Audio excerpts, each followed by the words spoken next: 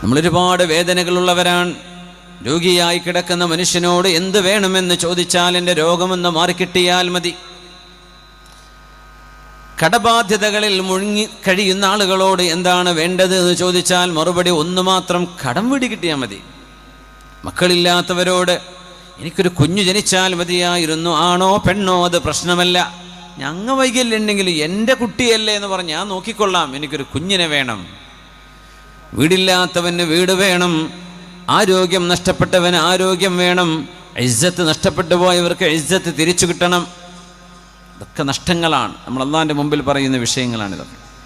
എന്നാൽ ഏറ്റവും വലിയ നഷ്ടം, ഏറ്റവും വലിയ ഹിർമാൻ, ഏറ്റവും വലിയ പരാജയം എന്ന് പറയുന്നത് ഒരു മനുഷ്യൻ അല്ലാഹുവിലേക്ക് അടുക്കാൻ സാധിക്കാതെ പോയെന്ന ബോധം വരുന്നത്, എനിക്ക് അല്ലാഹുവിനോട് അടുക്കാൻ കഴിഞ്ഞില്ലല്ലോ. വലാ യജിദു ലദ്ദത ഹലാവത്തിൽ ഇബാദ, ഇബാദത്തിൻ്റെ ഒരു മധുരമുണ്ട്, ഇബാദത്തിനൊരു ആനന്ദമുണ്ട്, നിസ്കാരത്തിനൊരു മധുരമുണ്ട്, ഖുർആൻ ഓതുന്നതിനൊരു മധുരമുണ്ട്, ദിക്ർ ചൊല്ലുന്നതിന് എന്തെന്നില്ലാത്ത ആസ്വാദനമുണ്ട്. നാവുകൾ ചലിക്കുമ്പോഴും മനസ്സിനുള്ളിലേക്ക് ആ ഒരു മധുരം കയറി വരുന്നില്ലെങ്കിൽ ഒരു മനുഷ്യന് ലോകത്ത് നഷ്ടമാകുന്ന ഏറ്റവും വലിയ നഷ്ടം അൽ ഖുർബ് മിനല്ലാഹ്, അല്ലാഹുവിനോടുള്ള അടുപ്പം നഷ്ടമാകുന്നതാണ്. പിന്നെയോ ഇബാദത്തിന്റെ ആനന്ദം നഷ്ടപ്പെടുന്നതാണ്. സലഫ് സ്വാലിഹീങ്ങൾ പറയുന്നൊരു കൗതുകകരമായ നുക്തയുണ്ട്. തെറ്റുകൾ ചെയ്ത് നടക്കുന്ന ഒരു മനുഷ്യൻ വന്ന് പറയാൻ, നിങ്ങൾ പറഞ്ഞില്ലേ തെറ്റ് ചെയ്ത അള്ളാഹ് ശിക്ഷിക്കുന്നു, ഞാൻ എന്തൊക്കെയോ തെറ്റ് ചെയ്തിട്ട് അള്ളാഹു എന്താണ് എന്നെ ശിക്ഷിക്കാത്തത്? എനിക്കൊരു ശിക്ഷയും കാണുന്നില്ലല്ലോ, എൻ്റെ കച്ചവടം അതേപോലെ ഉഷാറായി പോകുന്നുണ്ട്, ഞാൻ അടിച്ചു പൊളിച്ച് ജീവിക്കുന്നുണ്ട്, ഞാൻ എല്ലാ കുരുത്തക്കേടും ചെയ്യുന്നുണ്ട്, എനിക്കൊന്നും ഞാൻ കണ്ടില്ലല്ലോ. അപ്പോഴാണ് നാദാഹു മുനാദിൻ, ഒരു അശരീരി കേൾക്കുകയാണ്, അമാ ഹുരിംത ലദ്ദത്തൽ ഖുർബി മഅല്ലാഹ്, അല്ലാഹുവിനോട് അടുക്കാൻ സാധിക്കുക എന്ന ഏറ്റവും വലിയ ആനന്ദം നിനക്ക് നഷ്ടപ്പെട്ടു പോയില്ലേ? അതാണ് നിനക്ക് ലഭിച്ച ഏറ്റവും വലിയ അദാബ്, വലിയ ശിക്ഷ അതാണ്. വയശീബുൽ മർഉ ഫിൽ ഇസ്ലാം വലം തുഖ്ബൽ ലഹു സ്വലാഹ്, ഒരു നിസ്കാരം പോലും സ്വീകരിക്കപ്പെട്ടതായിട്ട് ഇല്ലാതെ പോകുന്ന എത്രയോ ആളുകൾ മുസ്ലിമായി ജനിച്ച് നരബാധിച്ച് മരിച്ചു പോകുന്നവരിൽ കാണാം. ഉല്ലം തുഖ്ബൽ ലഹു സ്വലാഹ്, ഒരു നിസ്കാരം പോലും അല്ലാഹു സ്വീകരിച്ചു കാണില്ല.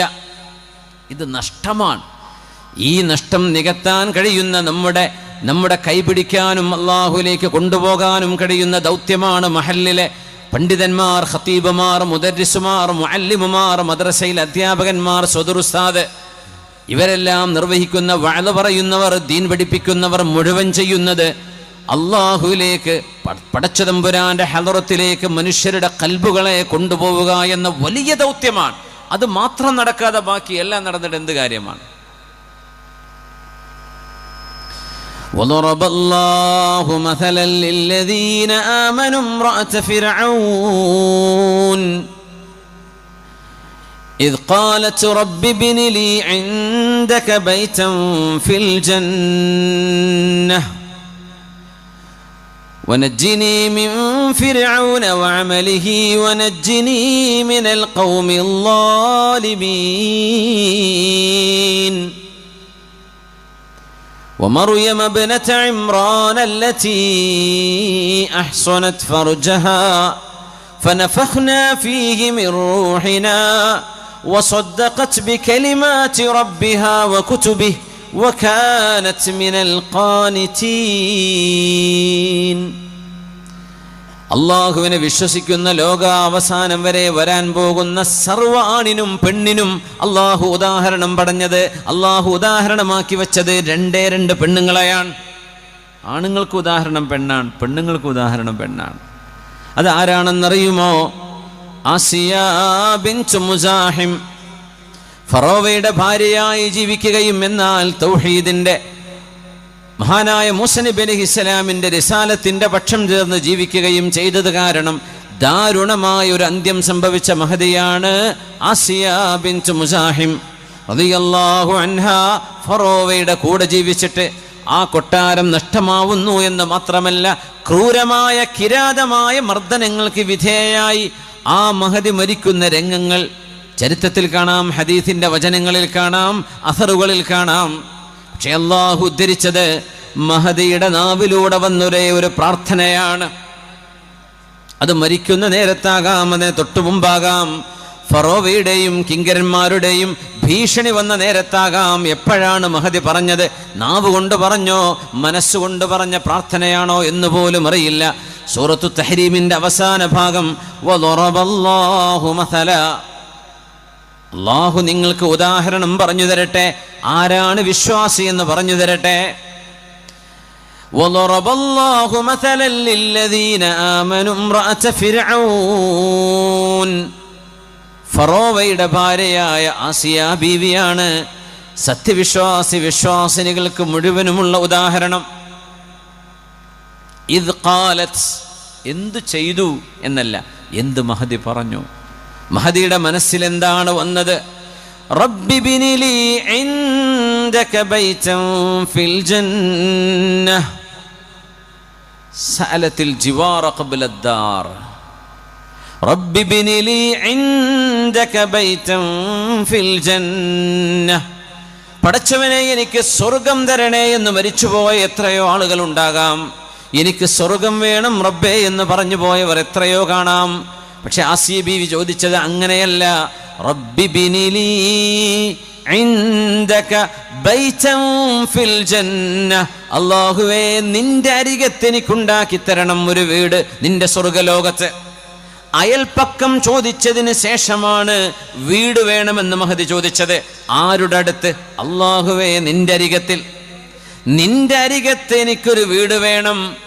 വീട് വേണം എന്നല്ല ആദ്യം പറഞ്ഞത്, നിന്റെ അരികത്ത്. റബ്ബി ബിനി ലീ ഇൻദക ബൈതൻ ഫിൽ ജന്ന.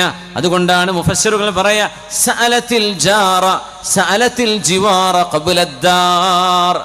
വീട് വേണം എന്ന് ചോദിക്കുന്നതിന്റെ മുമ്പ് അയൽപക്കം എന്താവണം എന്ന് ചോദിച്ചു മഹദി റളിയല്ലാഹു അൻഹ. അല്ലാഹുവേ നിന്റെ അരികത്ത്, നിന്റെ അരികത്തേക്ക് എന്ന ചിന്തയിലാണ് ആസിയ ബീവി റളിയല്ലാഹു അൻഹ ലോകത്തോട് വിട പറയുന്നത്. ഫറോവയുടെ കൊട്ടാരമോ ആർഭാടമോ നഷ്ടപ്പെട്ടാലും എനിക്ക് പ്രശ്നമല്ല റബ്ബേ, നിന്റെ അരികത്തേക്ക്, നിന്റെ അരികത്തേക്ക് എനിക്ക് വരണം. അല്ലാഹുവിലേക്ക്. മുഅ്മിനീങ്ങളുടെ ഉദാഹരണമാണ് ആസിയ ബീവി റളിയല്ലാഹു അൻഹ. നമുക്കെപ്പോഴും പടച്ചോനിലേക്ക് ഒരടി അങ്ങോട്ട് അടുക്കാൻ പറ്റുന്നുണ്ടോ?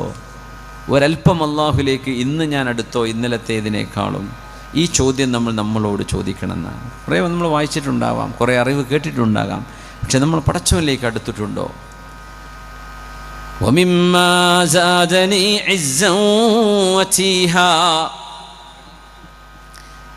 വമിമ്മാ സാദനി ഇസ്സൻ വതീഹാ وكدت بأخمصي أطأ الثريا دخولي تحت قولك يا عبادي وأن صيرت أحمد لي نبيا. എംഎൽഎന്റെ നമ്പർ ഉണ്ട് എന്ന് പറയുമ്പോൾ ആളുകളുടെ അഭിമാനം എത്രയാണ്. മന്ത്രി എൻ്റെ ആളാണ്, CI എൻ്റെ ആളാണ്, SI എൻ്റെ. എന്താ, അവരൊക്കെ വലിയ ഇൻഫ്ലുവൻഷ്യൽ പേഴ്സണാലിറ്റീസാണ്, കാര്യങ്ങൾ നടത്തിത്തരാൻ കഴിയുന്നവനാണ്. ദുന്യാവിലെ മനുഷ്യന് വല്ല അസുഖം വന്നാൽ വല്ലതും നടക്കുമോ? അധികാരം പോയ മന്ത്രിയായി, മുഖ്യമന്ത്രിയായും പ്രധാനമന്ത്രിയായെന്ന് വിചാരിക്കുക, അധികാരം നഷ്ടപ്പെട്ടാൽ പിന്നെ ആൾക്കാർ മൈൻഡ് ചെയ്യുമോ? ഇല്ല. ആൾക്കെന്തെങ്കിലും ചെയ്തു തരാൻ പറ്റുമോ? ഒന്നും പറ്റൂല. എന്നാലും എന്തൊരു അഭിമാനത്തിലാണ് പറയാ, എൻ്റെ ആളാണ് CM, എൻ്റെ ആളാണ്, എനിക്ക് അടുത്ത ബന്ധമാണ്, ഞാൻ വിളിച്ചാൽ ഫോൺ എടുക്കും, സംസാരിക്കും. ആയിക്കോട്ടെ. ഒരു മുഅ്മിനായ മനുഷ്യൻ്റെ അഭിമാനം എന്താണെന്നറിയുമോ? ومما زادني عزا وشرفا وكدت بأخمصي أطأ الثريا. ഭൂമിയിലൂടെ കാല് വെച്ച് നടക്കുന്ന മനുഷ്യനാണെങ്കിൽ തന്നെയും എൻ്റെ കാലിൻ്റെ ഉള്ളകം കൊണ്ട് ഉന്നത നക്ഷത്ര ലോകങ്ങളിൽ കാല് ചവിട്ടുന്ന പോലെ അഭിമാനം കൊണ്ട് ത്രസിക്കുകയാണ് ഞാൻ. രണ്ട് കാരണം കൊണ്ട്. നമുക്കൊക്കെ അഭിമാനിക്കാൻ പറ്റുന്നതാണ്. നമുക്ക് സമ്പത്തില്ലാതിരിക്കാം, വീടില്ലാതിരിക്കാം, കച്ചവടം നഷ്ടമായിരിക്കാം, മക്കളില്ലാതിരിക്കാം, മക്കളിലൂടെ, ഭാര്യയിലൂടെ, കുടുംബത്തിലൂടെ വീടിൻ്റെ ഉള്ളിൽ നിന്ന് ഒരു സന്തോഷം പോലും കിട്ടാത്ത അവസ്ഥകൾ വന്നിരിക്കാം. എന്നാൽ ദുഖൂലി തഹ്ത ഖൗലിക യാ ഇബാദി, എൻ്റെ അടിമകളെ, എന്ന് അള്ളാഹു വിളിക്കുമ്പോൾ ഞാൻ അതിൽ പെട്ടുപോയിട്ടുണ്ടല്ലോ. എൻ്റെ ഉടമസ്ഥനാണ് അള്ളാഹു എന്ന ഒരഭിമാന ബോധം ഒരു മുഅ്മിനിന് എപ്പോഴും വേണ്ടതല്ലേ. എൻ്റെ കൂടെ എൻ്റെ റബ്ബുണ്ട്. MLA മന്ത്രിയൊക്കെ പോട്ടെ, എൻ്റെ കൂടെ എൻ്റെ റബ്ബുണ്ട്. പഞ്ചായത്ത് പ്രസിഡന്റും വാർഡ് മെമ്പറും ഇതൊന്നല്ല, നമ്മൾ എൻ്റെ കൂടെ എൻ്റെ റബ്ബുണ്ട്. ഇത് നമുക്ക് തോന്നാറുണ്ടോ? എല്ലാറ്റിനും കഴിവുള്ളവനാണ് അള്ളാഹു, അല്ലേ? വല്ലാഹു അലാ കുല്ലി ഷൈഇൻ ഖദീർ. എല്ലാറ്റിനും കഴിവുള്ളവനാണ്. നമ്മളൊന്ന് വിചാരിക്കുന്ന പോലെയല്ല. അള്ളാഹുവിൻ്റെ ചില തർത്തീബുകൾ, ചില ഹിക്മത്തുകൾ പോലും നമുക്കറിയില്ല. കാര്യം നടക്കുമ്പോഴേ ഇതിനായിരുന്നല്ലേ അള്ളാഹു ഇത് ചെയ്തത് എന്ന് മനസ്സിലാവും. യാ റബ്ബ്, എൻ്റെ റബ്ബൻ്റെ കൂടെയുണ്ട് എന്ന് മുഅ്മിനായ മനുഷ്യന് തോന്നണം. അത് മാത്രമല്ല, വഅൻ സ്വയ്യറത അഹ്മദ ലീ നബിയാ, എൻ്റെ നബി നൂഹ് നബിയോ, എൻ്റെ നബി ലൂത്ത് നബിയോ, അയ്യൂബ് നബിയോ, സുലൈമാൻ നബിയോ അല്ല, ഞാൻ മുഹമ്മദ് റസൂലുള്ളാഹി തങ്ങളുടെ ഉമ്മച്ചിയാണല്ലോ. എൻ്റെ റസൂല് മുഹമ്മദ് നബി തങ്ങളല്ലേ, സയ്യിദുൽ അംബിയാ, അംബിയാഇൻ്റെ നേതാവാണ്, അഷ്റഫുൽ ഖൽഖ് തങ്ങളെ. ആ റസൂലിൻ്റെ ഉമ്മച്ചിയല്ലേ ഞാൻ. എൻ്റെ കൂടെ എൻ്റെ റബ്ബുണ്ടല്ലോ. ഇത് രണ്ടും ഉണ്ടെങ്കിൽ ഞാൻ ആകാശ ലോകത്താണ്, ഭൂമിയിലല്ല എന്ന് ഒരു മുഅ്മിൻ അഭിമാനത്തോടെ പറയാൻ കഴിയണം. ഇത് മരിക്കണവരെ പറഞ്ഞൂടെ? നമുക്കങ്ങനെ തോന്നുന്നുണ്ടോ? അത് ആർക്കെങ്കിലും തോന്നുന്നില്ലെങ്കിൽ ഫഹുവൽ മഹ്റൂം, അള്ളാഹുവിൻ്റെ റഹ്മത്തിൽ നിന്ന് ദൂരെയാക്കപ്പെട്ടു എന്ന ഏറ്റവും ദാരുണമായൊരവസ്ഥയിലാണ് നമ്മളുള്ളത്. അള്ളാഹുവിൻ്റെ ഖുർബിലേക്ക്, പടച്ചവൻ്റെ ജിവാറിലേക്ക് കടക്കാൻ കഴിയാതെ പോയാൽ ഏറ്റവും വലിയ നഷ്ടമല്ലേ അത്?